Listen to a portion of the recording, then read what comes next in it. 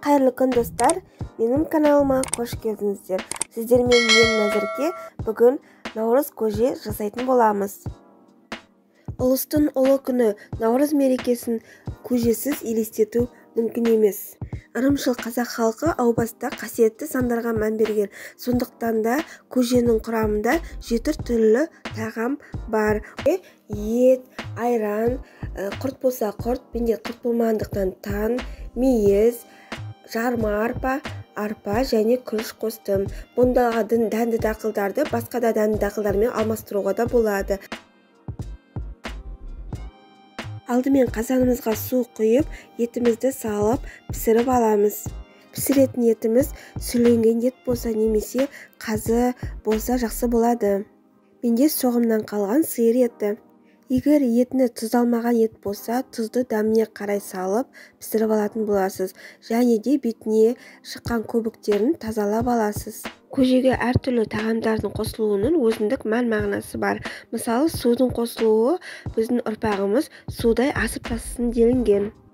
Ал етті қосуы қазақтың төл асы ет болғандықтан біздің асымыз мол болсын деп тұтастай салып пісірген. Енді дәнді дақылдарға кірісеміз. Алдымен арпаны 4-5 рет салқын суға жуып аламыз. Арпаның емдік қасиеті бар. Ол көптеген ауруларға шипалы. Мен әр дақылды бөлек-бөлек пісіріп алуды жөн көрдім. Егер қаласаңыз, жаңағы пісіп жатқан етіміз піскеннен кейін сол сорпаға пісіріп алсаңыз да болады.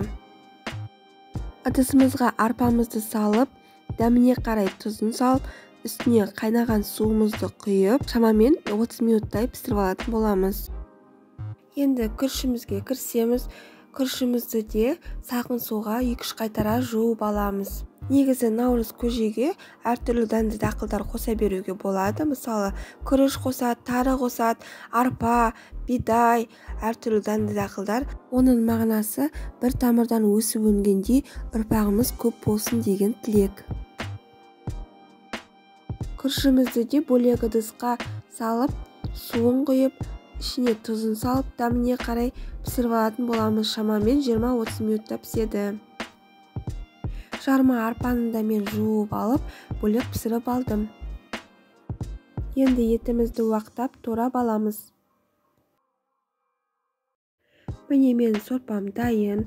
Сорпамды суыттым және 2-3 қайтара сүзгіден өткізіп алдым. Сорпаның бетіндегі майларды алып тастаймыз. Енді сорпамызға етімізді салып араластыратын боламыз. Мен дәнді дақылдарды әдейі көбірек пісіріп алған болатынмын. Негізі жарты кәседе жарып қалады. Енді піскен арпамыздан бір ожау салып араластыратын боламыз. Күрішімізді, жарма арпамызды да тап осылай салып араластырамыз.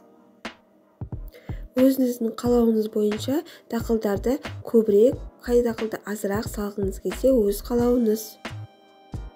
Енді мейізімізді салатын боламыз. Мен мейізді алдын ала жуып, ысы суға бұқтырып қойған болатынмын.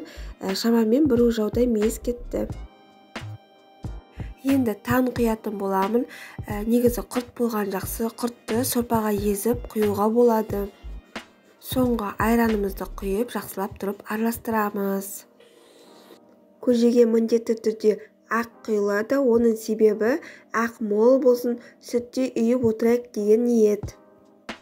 Міне достар, біздің көжеміз дайын. Қонақтарымызға, ыдысымызға салып бере берсек болады. Сіздер де осылай жасап көріңіздер. Көп рахмет. Менің видеомды толық қарағандарыңыз үшін комментарий, лайк қалдырып кетуді ұмытпаңыздар.